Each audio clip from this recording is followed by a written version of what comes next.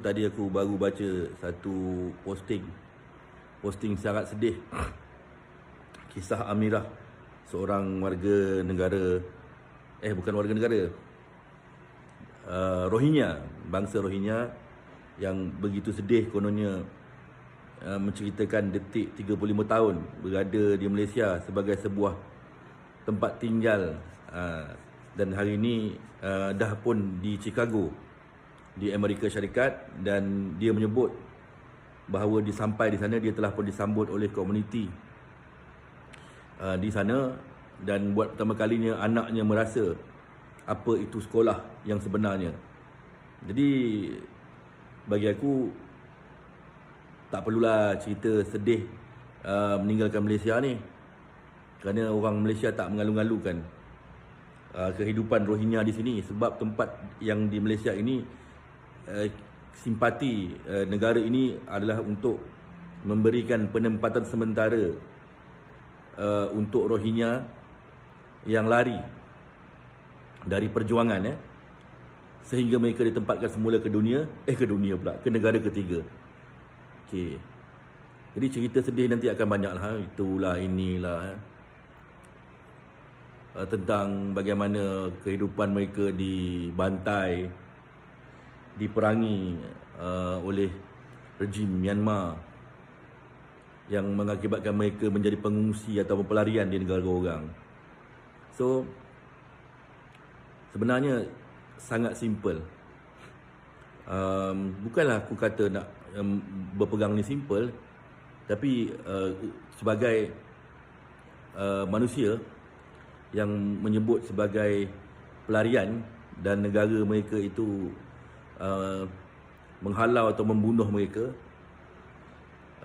pelarian-pelarian ini tak layak untuk meminta simpati, kerana mereka tidak pernah sedikit pun mempunyai rasa perjuangan untuk menegakkan balik keadilan, merampas balik tanah yang dijajah, ataupun berjuang untuk mengembalikan kehidupan di negara asal.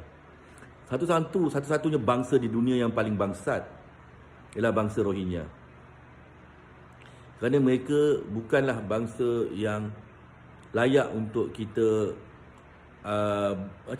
layak untuk kita perjuangkan, tetapi bangsa yang memang tak layak untuk dikasihani.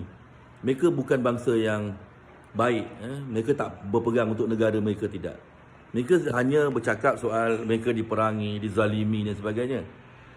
Kalau ramai orang tanya aku pernah bersama dalam misi bantu Rohingya, dan banyaklah, bertahun-tahun kami ulang-alik ke kem-kem pelarian. Akhirnya kita dapat tahu dan kita sadari bahawa sebenarnya mereka ini adalah bangsa yang memang sengaja meminta untuk dihapuskan. Segelintir Rohingya memilih untuk hidup bernegara dengan Myanmar. Yangon contohnya, di Yangon banyak aja Rohingya yang hidup aman, siap berniaga, bekerja, bersekolah, hanya kerana mereka sanggup menerima Myanmar sebagai sebuah negara. Selebihnya mereka memilih untuk mendirikan negara sendiri, nak minta tanah di Arakan itu sebagai sebuah tanah yang kononnya dijanjikan macam Israel,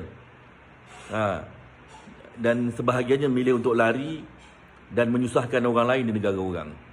Yang macam kat negara kita ni larilah. Dan gelombang Rohingya ni adalah gelombang ketiga. Gelombang pertama gelombang peperangan, gelombang kedua gelombang peperangan, gelombang ketiga gelombang bisnes. Mereka dibawa oleh orang-orang yang dah ada di sini pada gelombang kedua menjadi tekong, membawa Rohingya ini sebagai bisnes pemerdagangan manusia. Apabila sampai ke sini, mereka ni bukan golongan yang berpegang dibunuh atau dianiaya. Mereka adalah orang-orang yang mencari kesempatan hidup lebih senang di negara kita.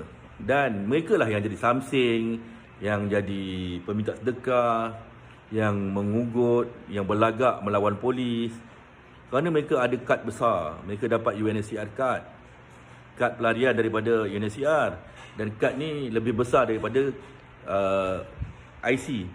Kita sendiri daripada lebih besar daripada kad pengenalan kita, kerana kita kalau ada IC kita tak kena ada lesen, kan? Tapi kalau mereka ada UNSCR card, mereka ada lesen dalam tu, chip in. Mereka boleh buat sesuka hati, merompak, apa pun boleh buat, sebab tak ada siapa boleh usik mereka. Jadi balik pada cerita tadi, apabila menengokkan cerita Amira tadi, bercerita sedih lah. Kononnya dia ni terpaksa meninggalkan Malaysia selepas 35 tahun berada di Malaysia ni, pahit manisnya lah, macam-macam lah.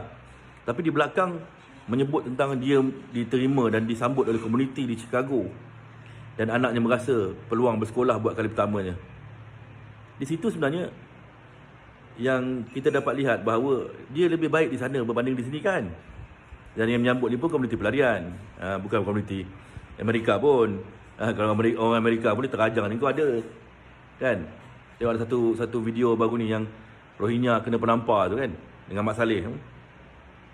So mendekkan cerita, bangsa ini adalah bangsa yang paling tak layak untuk dikasihani, kerana mereka tidak ada pun nilai perjuangan dalam diri.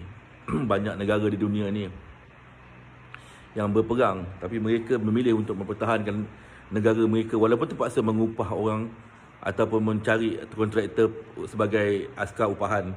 Tapi mereka berperang macam Ukraine, Palestin, of course lah, sampai sekarang Lebanon, Yaman, negara mereka dibom hari-hari. Mereka boleh lari, tapi mereka pilih untuk kekal dan memerangi kembali. Sebahagian rakyat ni menjadi pejuang, sebagian rakyatnya kekal dalam menjadi pembantu, kekal mengoperasikan negara mereka dan memerangi kembali orang yang memerangi negara mereka. Rohingya tidak. Bangsa paling tak guna lari, lepas tu belagak di negara orang. So itu dulu cerita aku. Aku tak menghina ya. Aku sedang menceritakan bagaimana sebuah bangsa yang tak berguna sikit pun kepada negara. Dia mahu negara, tapi dia bercakap sahaja mahu negara, dan dia menghisap darah negara orang. Kat sini segala macam benda dia buat dengan jenayah, dengan segala-galanya. Lepas tu minta simpati. Okey, jadi itu sajalah daripada aku. Untuk Amira, good luck. Selamat tinggal di negara orang. Kat sana mungkin kau lebih bahagia, lebih senang di Amerika sana. Jadi tak payahlah sibuk-sibuk nak cakap pasal Malaysia lagi. Okey, so kita minta kerajaan yang mana di Malaysia ni halau semualah. Cepat sikit. Itu saja daripada aku. Assalamualaikum.